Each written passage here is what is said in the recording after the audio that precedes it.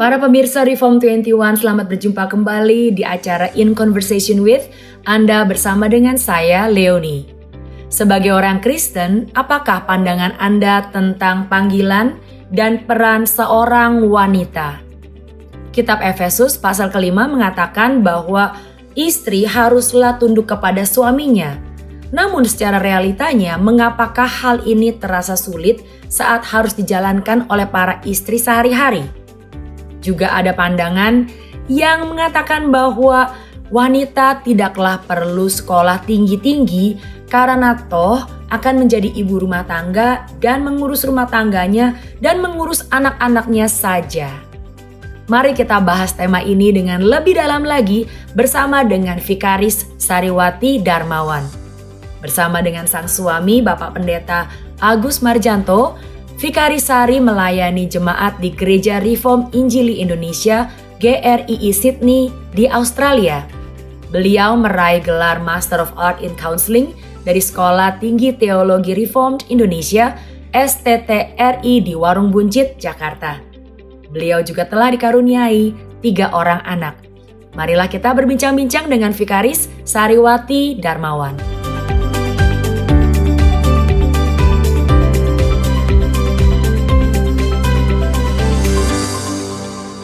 Terima kasih Bu Sari telah meluangkan waktu untuk bisa berbincang-bincang dan berbagi dengan para pemirsa Reform 21. Kali ini kita akan bicara tentang wanita, panggilan dan perannya.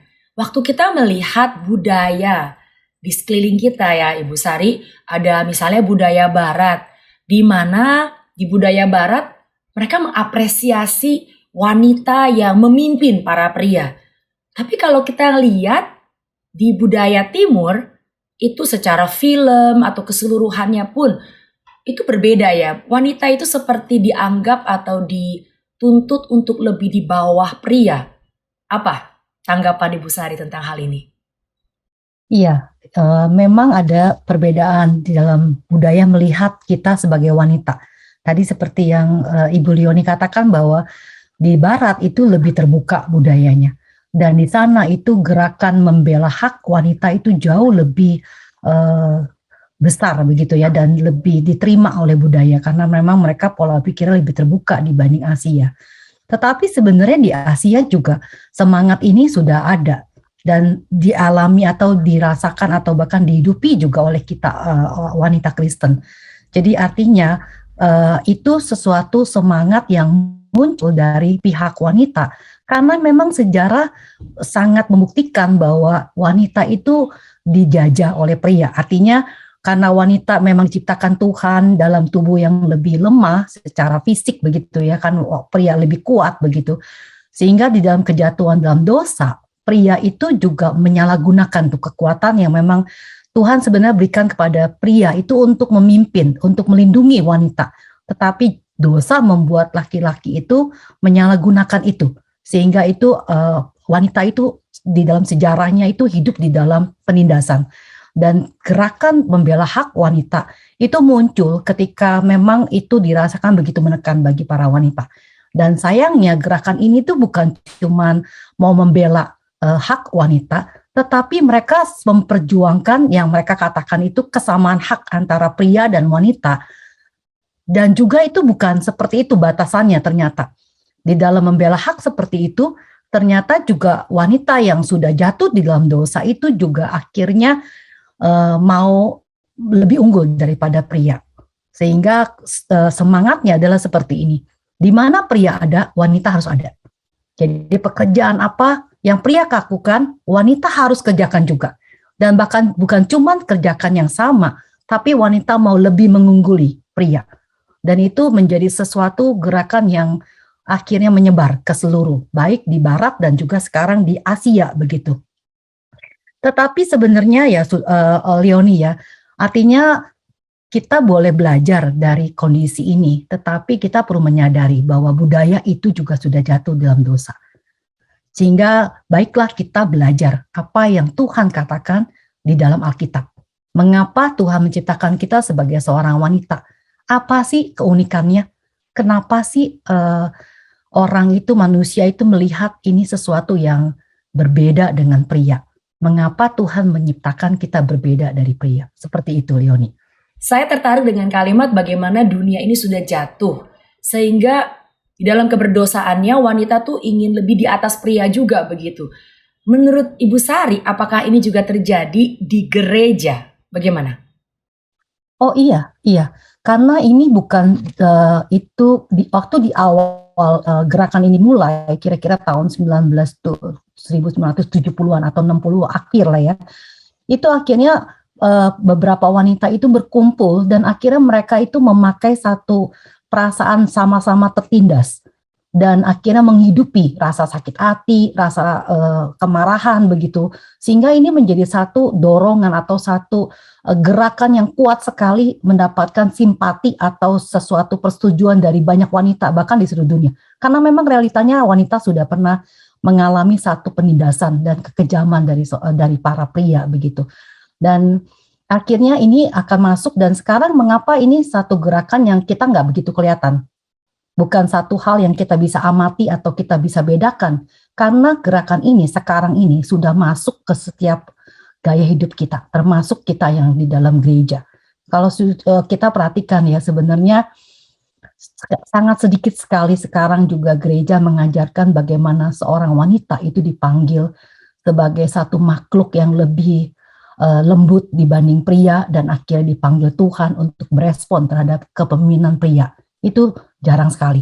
Dan karena memang kita secara natur keberdosaan kita ketika Tuhan berfirman kepada Hawa yang mengatakan bahwa kamu akan birahi dengan suamimu, itu Kejadian 3 ya.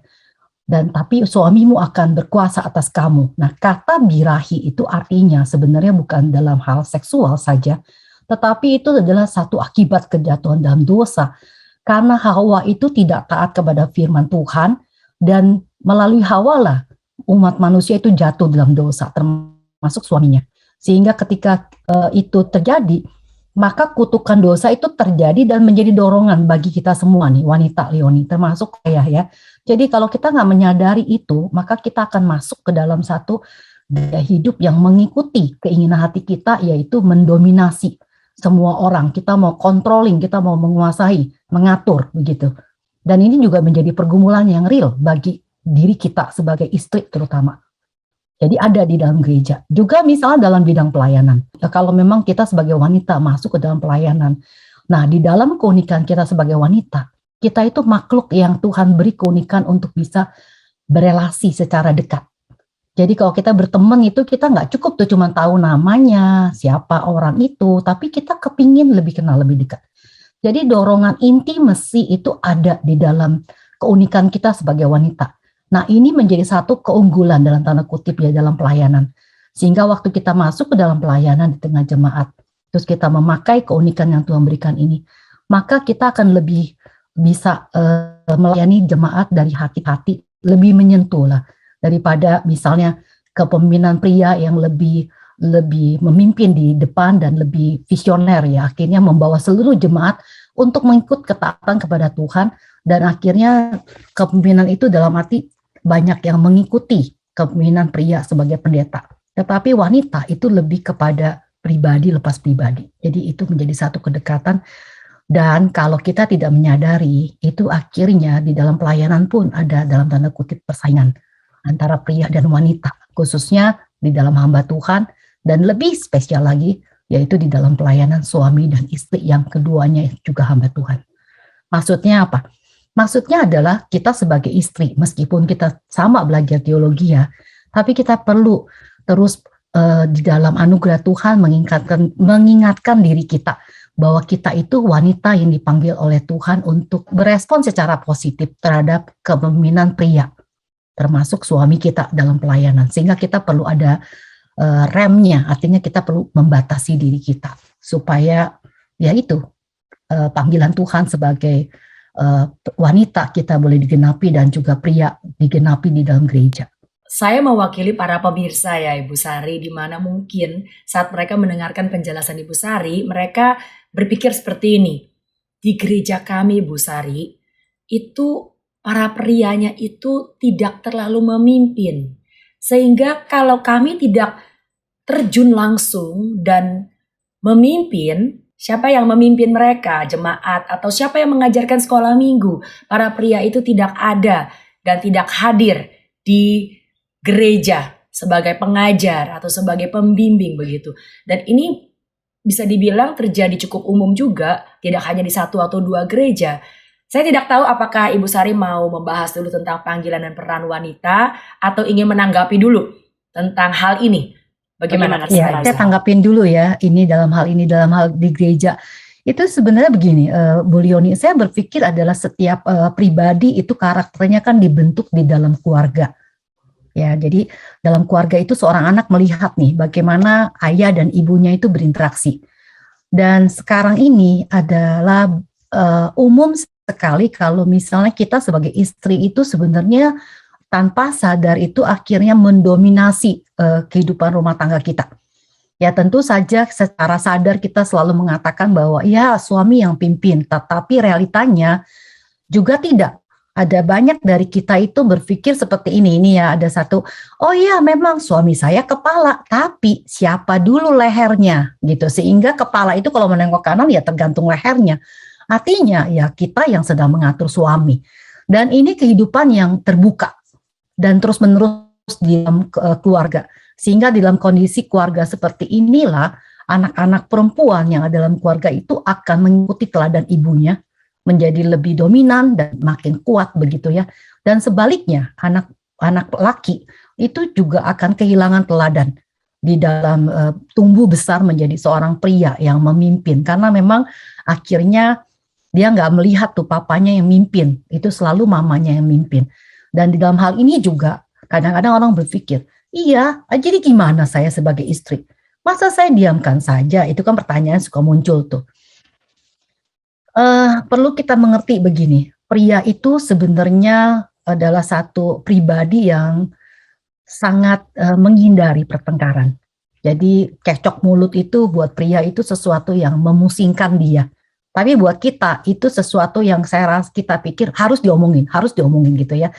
Jadi kita suka sekali ngomongin begitu. Akhirnya pria-pria yang memang secara natur itu kupingnya tipis, akhirnya nggak tahan diomongin, akhirnya melepaskan, ya sudah daripada ribut, kamu saja yang ambil keputusan. Dan ini tuh terjadinya tanpa sengaja. Dan ini juga menjadi pergumulan di dalam relasi saya dengan Pendeta Agus. Akhirnya dalam anugerah Tuhan kita selalu perlu ingetin tuh, ada batasannya. Karena kalau enggak itu akan terjadi. Nah, keluar dari keluarga-keluarga yang seperti inilah orang-orang pria itu ada di gereja. Dan di gereja ya itu juga banyak wanita-wanita perkasa sebenarnya ya. Misalnya ketika harus beresin kursi lah, misalnya ya ketika ada seorang wanita atau seorang pemudi yang angkat kursi dan ada pria yang mau bantuin, dia responnya apa? Nggak mau, nggak apa-apa, saya masih bisa kok, saya masih kuat kok. Itu sebenarnya dari wanita sendiri yang tidak mau memberikan satu ruangan atau kesempatan untuk pria itu eksis gitu ya, keberadaannya tuh ada di gereja. Atau misalnya ketika di dalam tim pelayanan, misalnya aja dalam guru sekolah minggu, kita selalu punya pikiran ya, kalau kita mau jujur, kita selalu berpikir bahwa oh laki itu nggak terlalu kreatif, mereka itu terlalu global cara berpikirnya. Kita nih wanita yang lebih kreatif, sehingga ya udah, jadi guru sekolah minggu itu sebenarnya juga banyak dikerumungin sama ibu-ibu dan para wanita. Dan biasanya agak jarang tuh pria jadi guru sekolah minggu. Itu sesuatu yang perlu kita sadari dan kita boleh memberikan ruangan lebih besar untuk pria untuk masuk ke dalam pelayanan khususnya sekolah minggu. Karena anak-anak juga perlu figur seorang pria ya, seorang ayah atau bapak, kebapaan di dalam kelas sekolah minggu. Kita sekarang bicara tentang pandangan Alkitab ya Ibu Sari, karena kita harus memulai dengan pandangan yang benar, pengertian yang benar sesuai firman Tuhan tentang panggilan dan peran seorang wanita. Bagaimana Ibu Sari, apa yang bisa dibagikan kepada para pemirsa? Ya, saya akan bagi dua nih. Pertama secara umum ya. Secara umum itu pria diciptakan lebih kuat secara fisik oleh Tuhan. Tujuannya adalah untuk melindungi, ya menyediakan, memimpin dengan kasih, dan juga akhirnya ya seperti Kristus memimpin jemaatnya. Itu kan satu pelajaran di dalam Alkitab sebenarnya. Dan juga wanita, kita ini diciptakan sebagai makhluk pribadi yang berespon dengan lembut sebenarnya. Dan juga kita punya satu keunggulan, satu keunikan yang Tuhan berikan, yaitu kita punya satu kemampuan untuk berelasi dengan intim sebenarnya. Ada naluri keibuan juga, merawat, mengasuh, memperhatikan, dan itu menyentuh hati sebenarnya. Tetapi dalam kejatuhan, dalam dosa, yaitu yang tadi, apa yang Tuhan berikan sebagai satu keunikan, sebagai satu kelebihan yang Tuhan mau pakai, itu akhirnya dosa itu memutarbalikan. Jadi pria yang kuat itu akhirnya bukan dipakai untuk melindungi, tetapi untuk menekan, untuk memaksa, ya. Dan seringkali juga gampang sekali pria mengatakan, atau khususnya suami, kamu tahu nggak, harus taat. Alkitab tuh bilang harus bicara kita, tetapi kehidupan dia sendiri tidak pernah mengikuti seperti Kristus, yaitu berkorban buat keluarganya. Sehingga kalimat itu meskipun diikuti oleh kata Alkitab, itu akan menimbulkan satu kemuakan di dalam hati istrinya dan anak-anaknya. Jadi akhirnya banyak pria-pria yang tidak hidup di dalam ketaatan kepada Tuhan, tapi menuntut istri dan anak-anaknya menghormati dia. Nah sebaliknya wanita kita ya, kita boleh diberi Tuhan kemampuan untuk berespon secara positif sebenarnya, tetapi setelah jatuh di dalam dosa, maka respon kita itu, kalau kita mau jujur, itu seringkali negatif. Seringkali respon kita tuh berbalik menghina, atau berbalik melawan, atau menantang. Ya udah, kalau kamu bisa, buktikan gitu ya. Bukankah dari dulu kamu itu salah terus gitu, misalnya dalam hal keputusan yang sehari-hari. Atau juga misalnya relasi kita intim, akhirnya kita itu dengan cara kita yang bisa mendekati secara emosi, yang bisa menyentuh hati, itu dipakai bukan untuk kebaikan, tetapi untuk memanipulasi. Artinya kita memakai emosi kita dengan sedih, dengan self pity, akhirnya membuat suami kita merasa bersalah. Ini dalam relasi suami istri. Dan lebih khusus lagi secara fisik, jadi wanita itu diberikan rahim untuk boleh melahirkan. Dan pria itu diberikan satu kekuatan untuk berjuang di luar. Jadi itu jadi karena keberadaan tubuh yang Tuhan ciptakan berbeda, maka respon juga berbeda. Misalnya laki-laki itu responnya begini nih, dia di luar ya, berjuang di luar untuk menyerang atau lari. Artinya suami itu memang diciptakan untuk berjuang di luar, mencari nafkah, terus menghadapi dunia luar begitu dalam pekerjaan untuk bisa memenuhi kebutuhan keluarganya, orang-orang yang dikasihi begitu, untuk melindungi, untuk menyediakan, untuk merawat kehidupan. Tetapi dalam keberdosaan akhirnya itu enggak bertumbuh tuh. Dan juga wanita misalnya, wanita itu lebih memelihara, lebih berteman. Tetapi akhirnya itu dipakai untuk membujuk-bujuk. Artinya disalahgunakan kekuatan itu atau keunggulan itu untuk mendapatkan apa yang dia inginkan. Dan juga fokusnya juga berbeda. Perempuan itu lebih ke dalam, jadi keluarga, emosi, perasaan, dan pria itu lebih keluar menghadapi ancaman. Itu perbedaan yang sangat signifikan. Dan di dalam Tuhan menciptakan kita yang berbeda, itu akhirnya perlu ketaatan kita menerima itu. Memang berbeda. Tetapi kan gerakan yang terjadi sekarang atau gaya hidup yang sekarang itu kesamaan hak, akhirnya nggak mau ada perbedaan. Jadi akhirnya yaitu lebih jauh lagi akhirnya di dalam jenis kelamin ya, Leoni, itu udah jadi gerakan mendunia bahwa seseorang sekarang nggak mau taat kepada jenis kelamin yang sudah Tuhan ciptakan. Saya mau tentukan, saya mau jadi laki atau jadi perempuan, atau bahkan saya tidak mau jadi siapa-siapa. Itu menjadi sesuatu yang melawan sebenarnya ketetapan Tuhan. Ibu Sari, ada yang bertanya seperti ini, bahwa saat mereka membaca firman Tuhan, mereka mendapat kesan bahwa wanita itu seperti di bawah pria. Sepertinya tuh tidak disebut namanya dan dianggap itu tidak penting.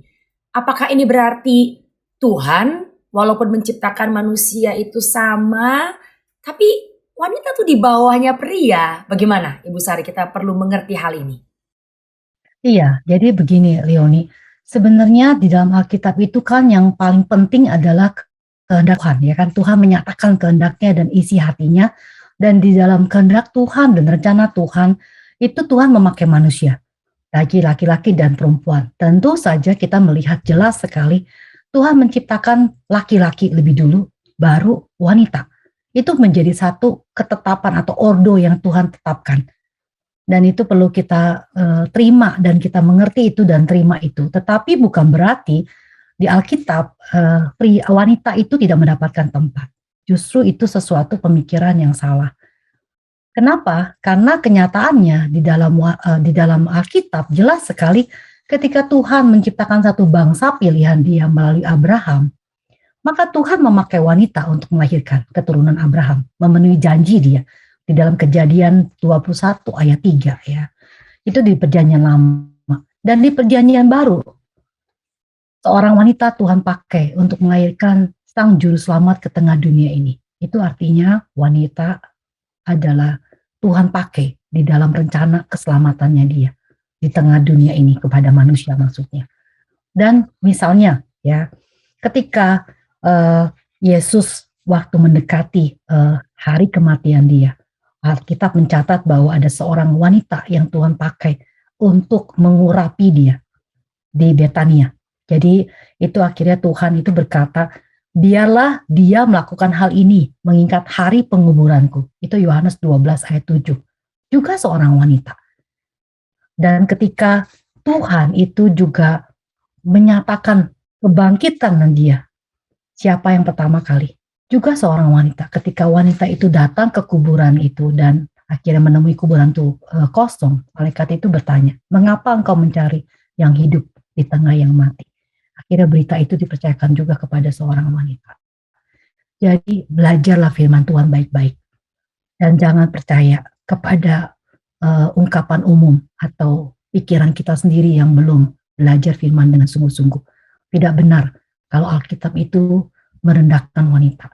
Itu artinya kita sedang mengatakan Tuhan merendahkan kita. Itu tidak benar. Dan itu sesuatu fitnah terhadap kekudusan Tuhan. Saya rasa kita harus stop dan harus belajar sungguh-sungguh. Seringkali waktu kita bicara tentang pria dan wanita, dan dalam konteks ini kita juga bicara tentang suami dan istri begitu, yang seringkali mentok itu adalah ya seperti tadi, masalah bagaimana wanita itu perlu tunduk, Bu Sari. Tunduk kepada suaminya.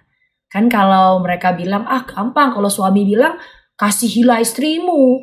Tapi kalau yang ibu-ibu atau yang istri-istri bilang, kami harus tunduk loh kepada suami. Menurut Ibu Sari nih, itu kita kan tahu bahwa ini adalah firman Tuhan.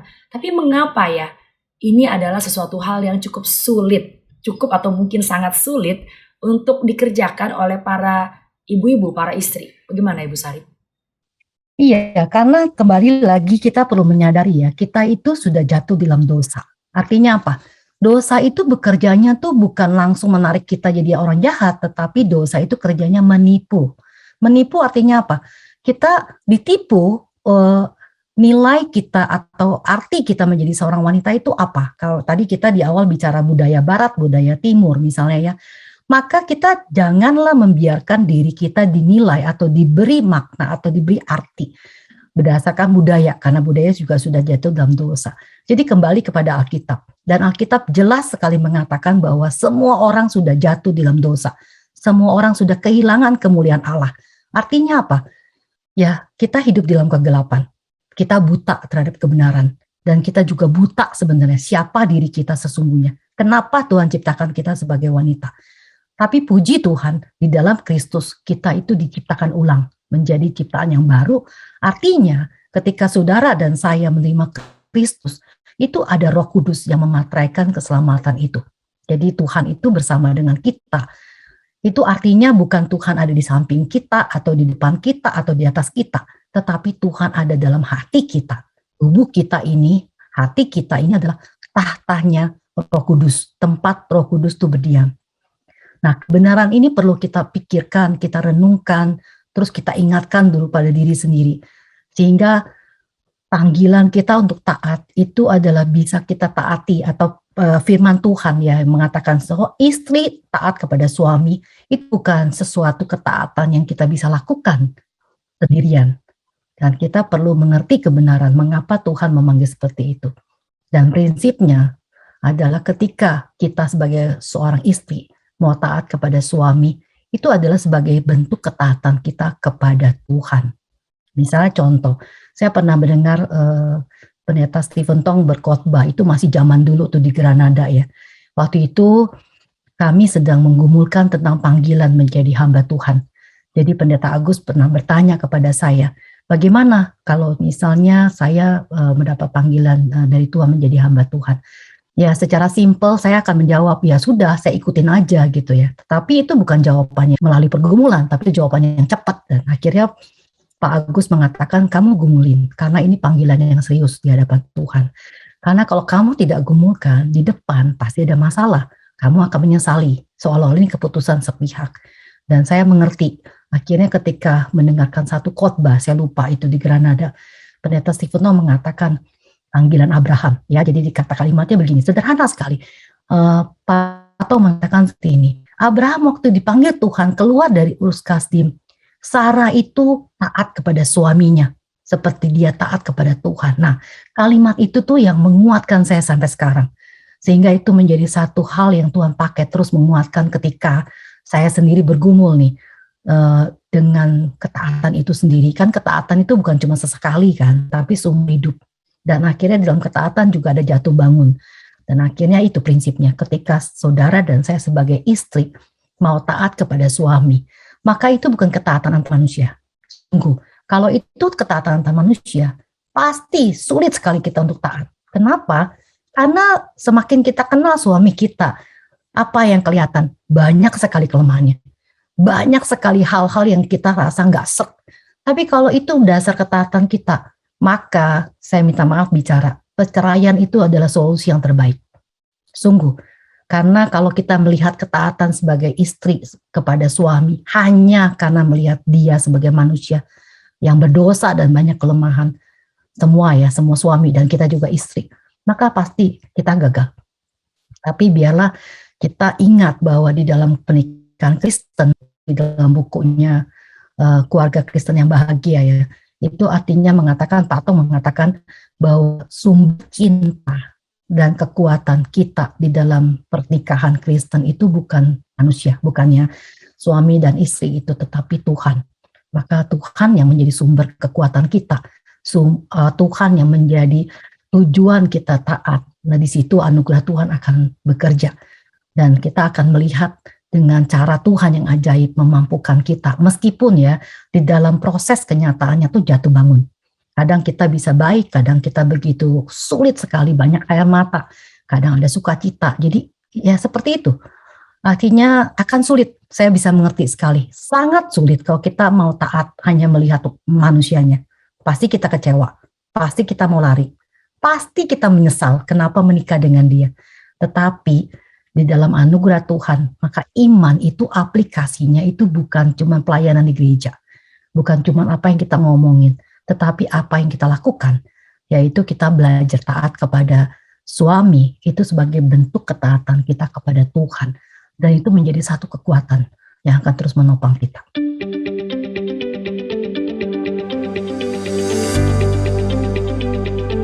Apa yang kita nilai tentang menjadi ibu rumah tangga? Nah, ibu rumah tangga ini itu bukan berarti urusannya cuman ngerjain kerjaan rumah, masak, bersihin rumah, kasih makan anak. Bukan itu memang bagiannya, tetapi bukan itu yang utama sebenarnya. Menjadi ibu rumah tangga itu artinya berperan sebagai istri yang menolong suami, supaya suami itu boleh memenuhi rencana Tuhan dalam hidupnya. Menjadi ibu rumah tangga itu artinya bersedia menjadi seorang ibu yang memang Tuhan titipkan anak sejak dari janin di dalam rahim kita, bukan di dalam dirinya pria loh ya. Jadi di dalam rahim kita, dan akhirnya Tuhan panggil itu ada ikatan batin, ada kedekatan emosi, dan akhirnya Tuhan mempercayakan satu pekerjaan yang mulia yang bersifat kekal, yaitu Tuhan seolah-olah ya mempercayakan satu pribadi, satu anak untuk saudara dan saya didik. Memang realitanya ya, beberapa ibu muda yang tadinya banyak pekerjaan atau ada sesuatu penghasilan di luar, ketika punya anak dia harus cuti atau kadang-kadang juga jadi nggak kerja karena memang itu satu persetujuan misalnya dengan suaminya, itu kadang-kadang kehilangan arti hidupnya seolah-olah ya, karena merasa jadi ibu rumah tangga tuh kayaknya nggak ada artinya. Ya kembali minta tolong Tuhan, Tuhan tolong koreksi konsep saya tentang ibu rumah tangga itu apa sih. Janganlah kita memakai nilai dunia atau tipuan dunia yang memang menghina panggilan Tuhan kepada wanita sebagai ibu dan sebagai istri. Jadi itu harus masuk lagi kepada hal yang mendasar.